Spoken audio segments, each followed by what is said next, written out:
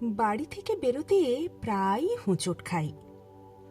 প্রথম পদক্ষেপেই পাথরটা তার অস্তিত্বের কথা প্রবলভাবে স্মরণ করিয়ে দেয়। কদিন ধরে ভাবছি কি করা যায়। সেদিন বাড়ি থেকে বেরোবার আমার তেমন কোনো তাড়া ছিল না। অন্তত ওইরূপ তীর্পিকে অকস্মাৎ ধাবিত হব এমন অভিপ্রায় ছিল না আদৌ। কিন্তু পাথরটার সংঘর্ষ আমার গতিবেগকে সহসা এত দ্রুত করে দিল যে অন্যদিক থেকে মোটর আসছে দেখেও আত্মসংবরণ করতে অক্ষম হলুম। কি ভাগ্যে ড্রাইভারটা ছিল হুঁশিয়ার, তাই রক্ষে। সেদিন থেকেই ভাবছি কি করা যায়।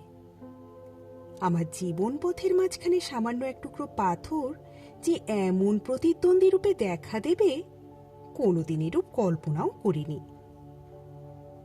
তাছাড়া ক্রমশই এটা জীবন মরণের সমস্যা হয়ে উঠছে, কেননা ধাবমান মোটরে চিরদিনই কিছু আমার পদস্খলনকে যে মার্জনার চোখে দেখবে এমন আশা করতে পারি না। তাই ভাবছি একটা হেস্তনেস্তই হয়ে যাক, হয় ও থাকুক নয় আমি। ও থাকলে আমি বেশি দিন থাকবো কিনা তা সন্দেহস্থল। তাই যখন আমার থাকাটাই অন্তত আমার দিক থেকে বেশি বাঞ্ছনীয়, তখন একদা প্রাতঃকালে একা কোদাল জোগাড় করে লেগে পড়তে হলো। একটা বড় গোছের নুড়ি, ওর সামান্য অংশই রাস্তার উপর মাথা তুলেছিল।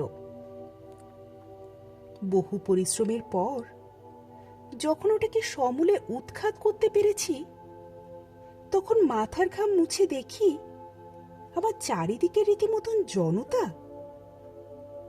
বেশ বুঝলাম, এতক্ষণ এদেরই নীরব ও সরব সহানুভূতি আমার উদ্যমে উৎসাহ সঞ্চার করছিল। তাদের সকলের দিকে সপ্রশ্ন দৃষ্টিতে তাকিয়ে জিজ্ঞাসা করলাম, আপনারা কি কেউ চান এই পাথরটা? জনতার মধ্যে একটা চাঞ্চল্য দেখা গেল, কিন্তু কারোর ঔৎসুক্য আছে কি নেই তা বোঝা গেল না। তাই আবার ঘোষণা করতে হলো, যদি দরকার থাকে নিতেই পারেন, অনায়াসেই নিতে পারেন।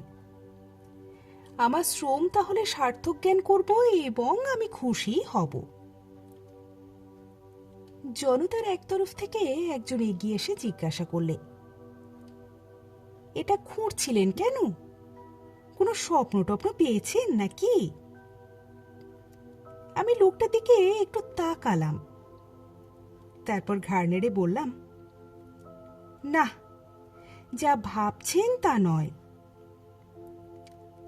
পাথরটাকে রাস্তার এক নিরাপদ কোণে স্থাপিত করা গেল, কিন্তু আমার কথায় যেন ওর প্রত্যয় হলো না। কয়েকবার আপন মনে মাথা নেড়ে সে আবার প্রশ্ন করলে, সত্যি বলছেন পাননি? কোনো প্রত্যাদেশ টত্যাদেশ?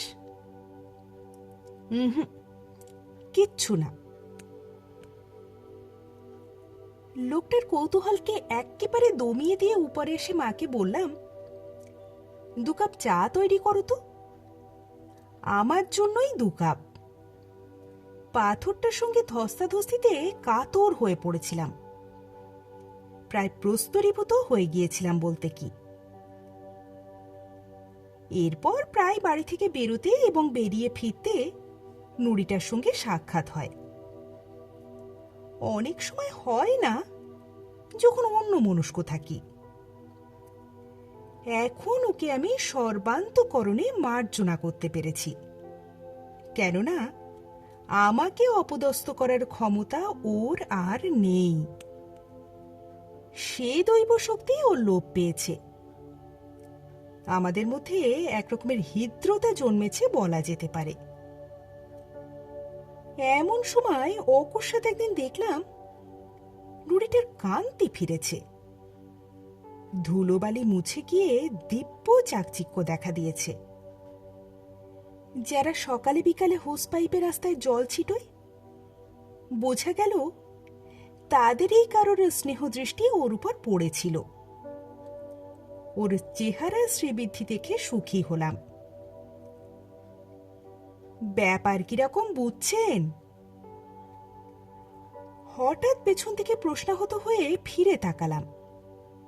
সেদিনের সেই অনুসন্ধিৎসু ভদ্রলোক।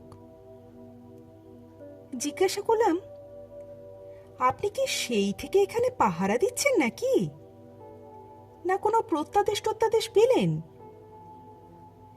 না না, তা কেন, এই পথেই আমার যাতায়াত কিনা। ভদ্রলোক কিঞ্চিত অপ্রস্তুত হন, কিন্তু অল্পক্ষণেই নিজেকে সামলে নিতে পারেন। নুড়িটা দেখছি আছে ঠিক, কেউ নেবে না, কি বলেন? প্রশ্নটা এইভাবে করলো যেন যেরকম দামি জিনিসটা পথে পড়ে আছে অমন আর ভূভারতে কোথাও মেলে না, এবং ওর গুপ্ত শত্রুর দল ওটাকে আত্মসাৎ করার মতলবে ঘোরতর চক্রান্তে লিপ্ত।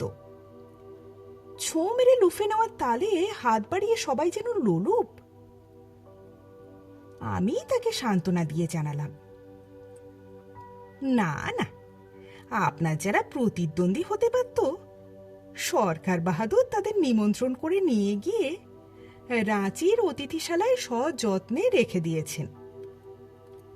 তাছাড়া আপনি নিজেই যখন এদিকে কড়া নজর রেখেছেন, তখন তো আর চিন্তা করার কিছু দেখিনি। সে একটু হেসে বলল, হ্যাঁ, আপনার যেমন কথা।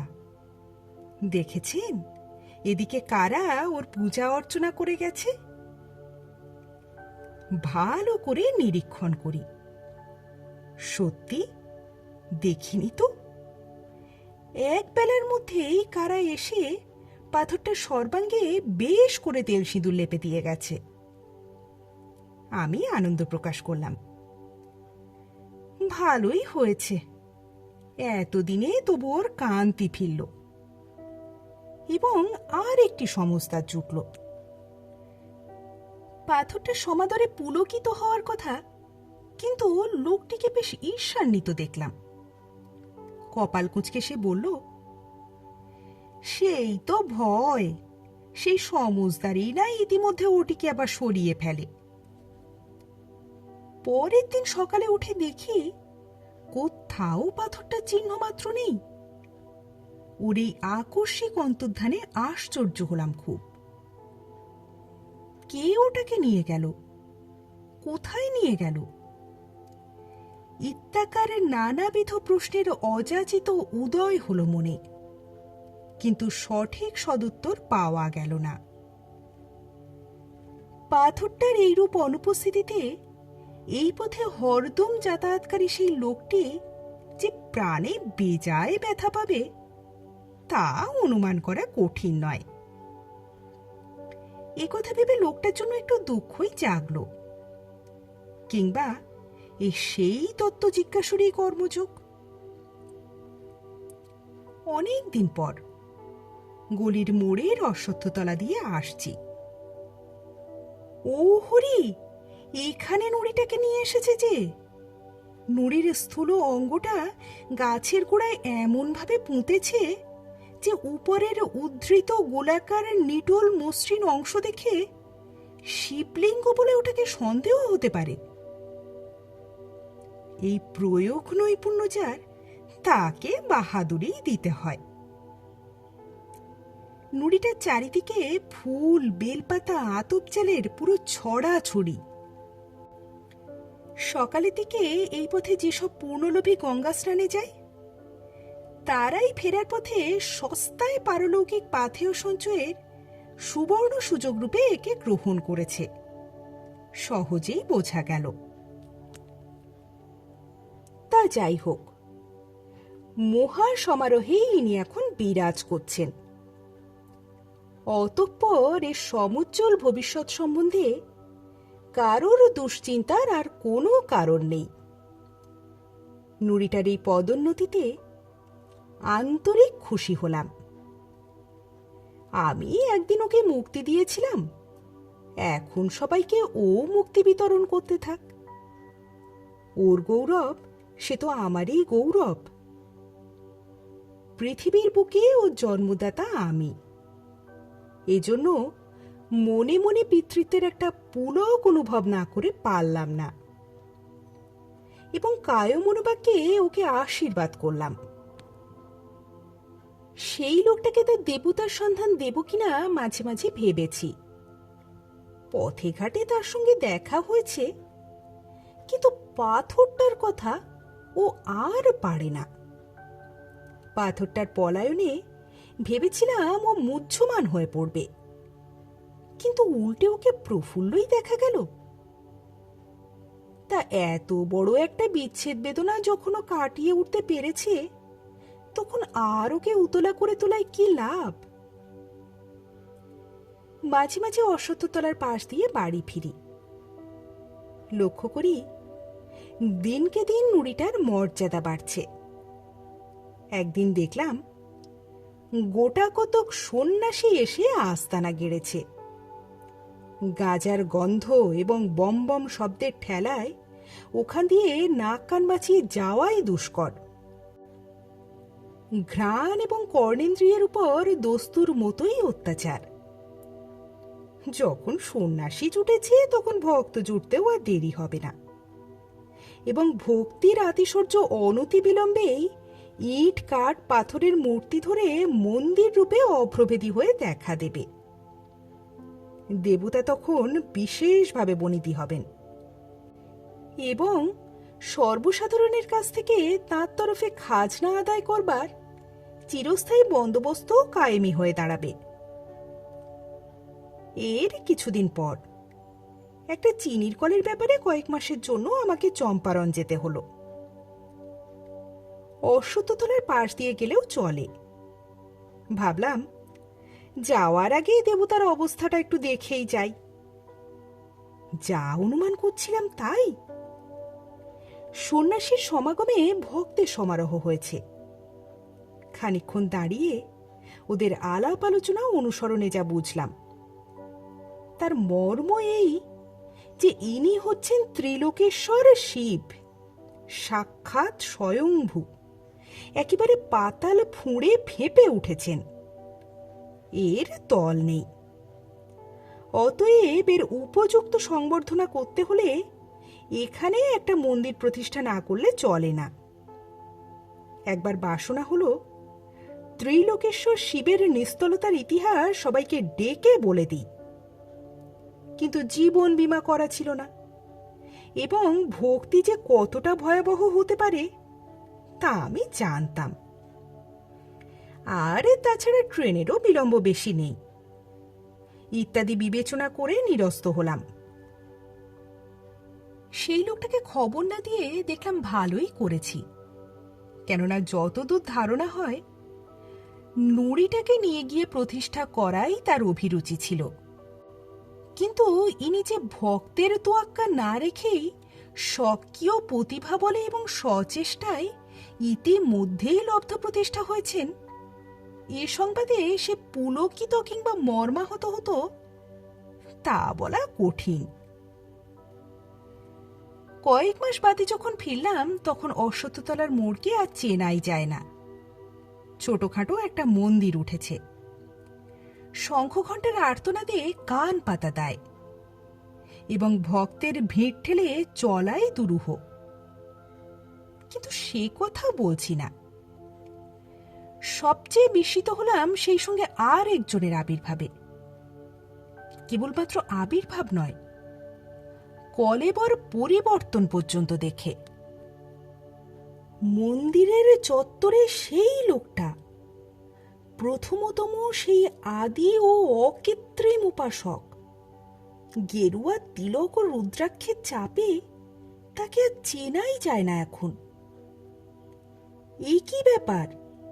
আমি গায়ে পড়ে প্রশ্ন করলাম একদিন। আগে এই দিনেই শিবের সেবায়েত কি না? লোকটি বিনীতভাবে জবাব দেয়, তা তো দেখতেই পাচ্ছি, দিব্যি বিনি পুঁজির ব্যবসা ফাঁদা হয়েছে। এই জন্যেই বুঝি পাথরটার উপর অত করে নজর রাখা হয়েছিল? শিলাখণ্ডের প্রতি ওর এই প্রীতিশীলতা যে অহেতুক এবং একেবারেই নিঃস্বার্থ ছিল না, এটা জেনেই বোধ করি অকস্মাৎ ওর উপর দারুণ রাগ হয়ে যায়। ভারী রূঢ় হয়ে পড়ি।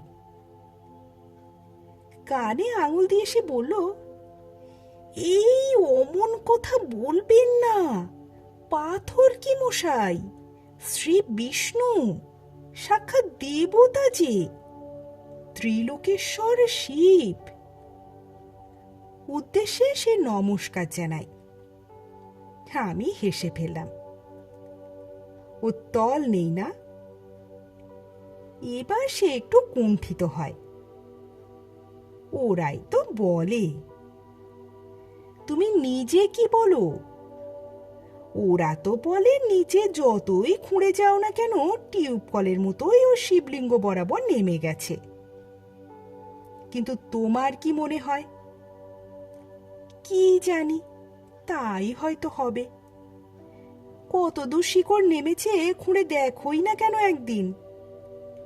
জিভ কেটে লোকটা বলে, এই ওসব কথা কেন, ওতে অপরাধ হয়। বাবা রাগ করবেন, উনি আমাদের জাগ্রত। বটে, তা কিরকম জাগ্রত শুনি? এই ধরুন না কেন, এবার তো কলকাতায় দারুণ বসন্ত। টিকে নিয়ে কিছু করেই কিছু হচ্ছে না। হ্যাঁ, বলো কি, মহামারী নাকি? জানতাম না তো। খবরের কাগজেই দেখবেন কিরকম লোক মরছে। কর্পোরেশন থেকে টিকে দেওয়ার ত্রুটি নেই, অথচ প্রত্যেক পাড়াতেই। কিন্তু আমাদের পাড়ায় এ পর্যন্ত কারোর হয়নি দেবতার কৃপায়। আমরা কেউ টিকেও নিইনি, কেবল বাবা চন্নামৃত খেয়েছি। এ যদি জাগ্রত না হয়, তবে জাগ্রত আপনি কাকে বলেন? এবার কি জবাব দেব তা চিন্তা করবার সময় ছিল না। আগে একবার এই রোগে যা কষ্ট পেয়েছিলাম এবং যা করে বেঁচেছিলাম, তাতে বাবা ত্রিলোকনাথের মহিমা তখন আমার মাথায় উঠেছে। আমি এখন চললুম, আমাকে এক্ষুনি টিকে নিতে হবে।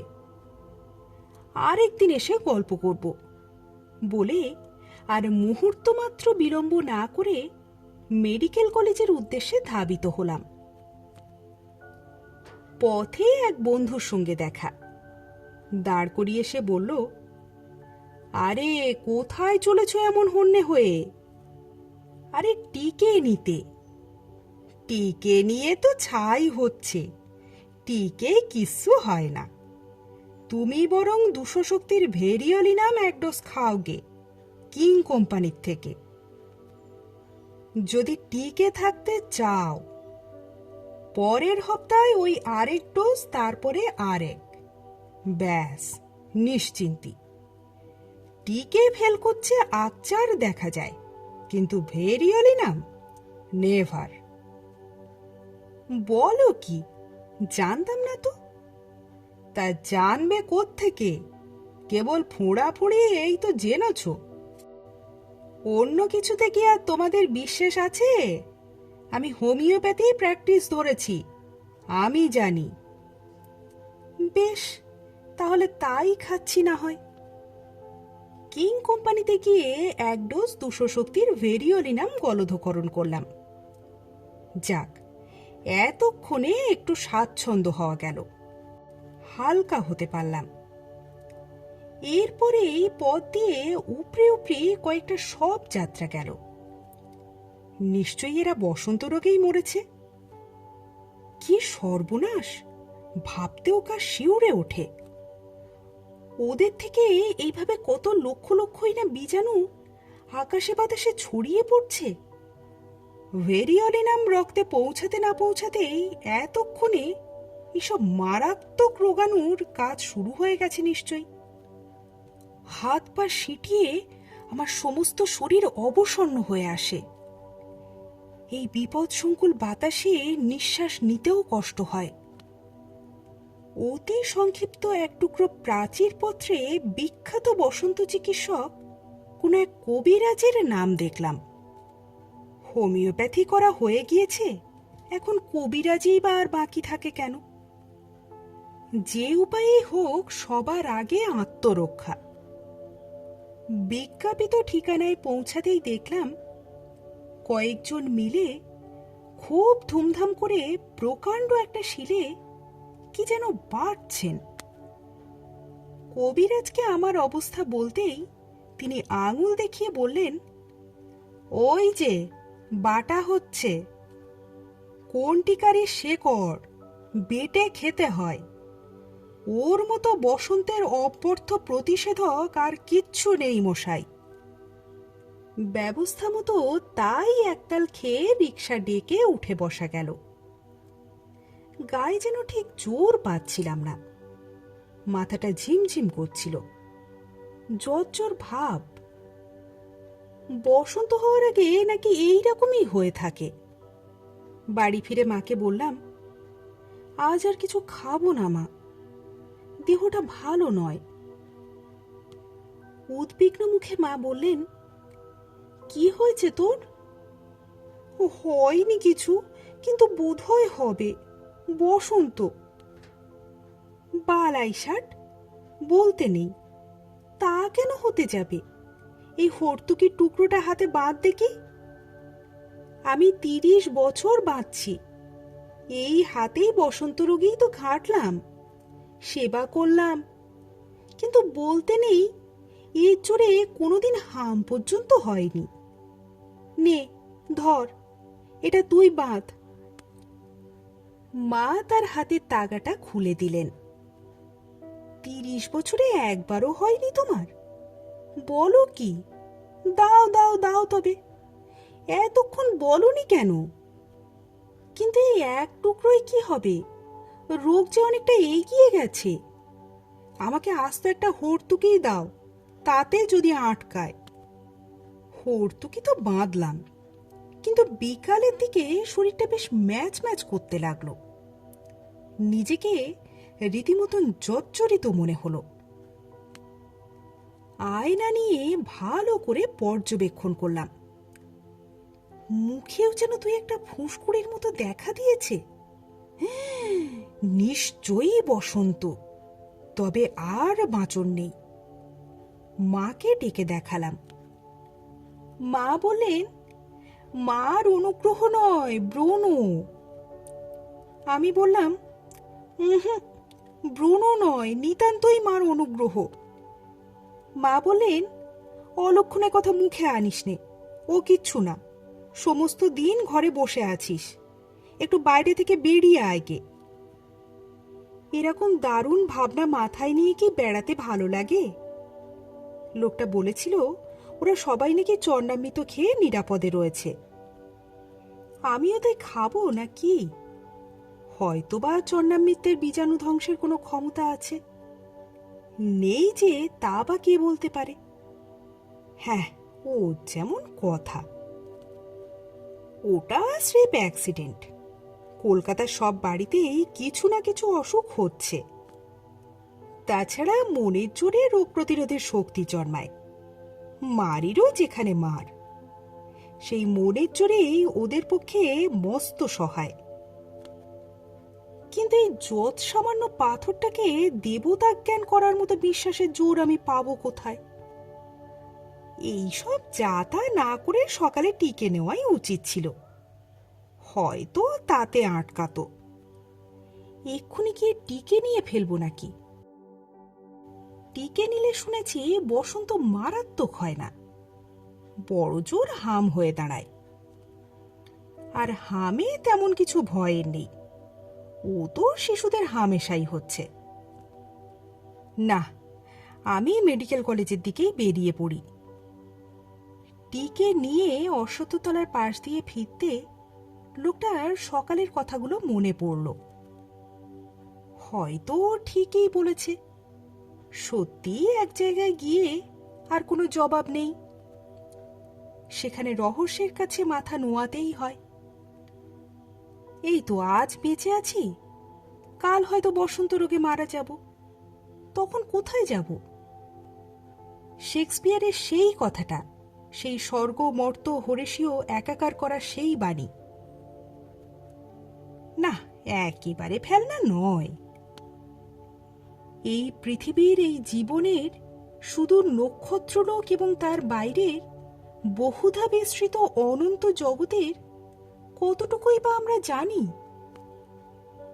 কটা ব্যাপারেই বা বৈজ্ঞানিক ব্যাখ্যা দিতে পারি? যতই বিজ্ঞানের দোহাই পড়ি না কেন, শেষে সেই অজ্ঞেয় সীমান্তে এসে সব ব্যাপারীকেই নত মুখে চুপ করে দাঁড়াতেই হয়। মন্দিরের সম্মুখ দিয়ে আসতে আসতে ত্রিলোকনাথের উদ্দেশ্যে মনে মনে দণ্ডবৎ জানালাম।